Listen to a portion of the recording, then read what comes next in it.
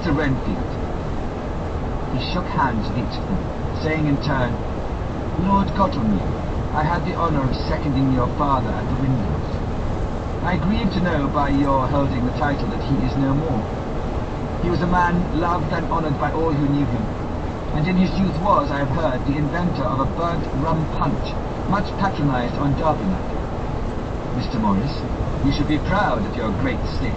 Its reception into the Union was a precedent which may have far-reaching effects hereafter, when the Pole and the Tropics may hold allegiance to the Stars and Stripes.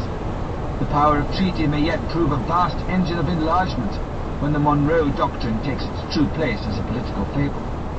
What shall any man say of his pleasure at meeting Van Helsing? Sir, I make no apology for dropping all forms of conventional prefix. When an individual has revolutionized therapeutics by his discovery of the continuous evolution of brain matter, conventional forms are unfitting, since they would seem to limit him to one of a class. You, gentlemen, who by nationality, by heredity, or by the possession of natural gifts are fitted to hold your respective places in the moving world, I take to witness that I am as sane as at least the majority of men who are in full possession of their liberties. And I am sure that you, Dr. Seward, humanitarian and medico-jurist as well as scientist, will deem it a moral duty to deal with me as one to be considered as under exceptional circumstances.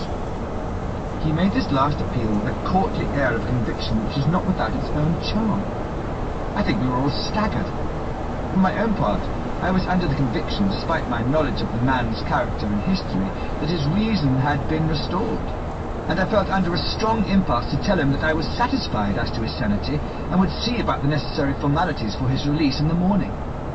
I had thought it better to wait, however, before making so grave a statement, for of old I knew the sudden changes to which this particular patient was liable. So I contented myself with making a general statement that he appeared to be improving very rapidly, that I would have a longer chat with him in the morning, and would then see what I could do in the direction of meeting his wishes. This did not at all satisfy him, for he said quickly, But I fear, Dr. Seward, that you hardly apprehend my wish. I desire to go at once, here, now, this very hour, this very moment, if I may. Time presses, and in our implied agreement with the old side man, it is of the essence of the contract.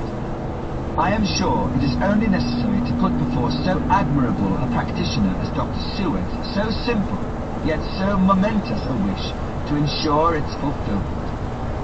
He looked at me keenly, and seeing the negative in my face, turned to the others and scrutinized them closely, not meeting any sufficient response.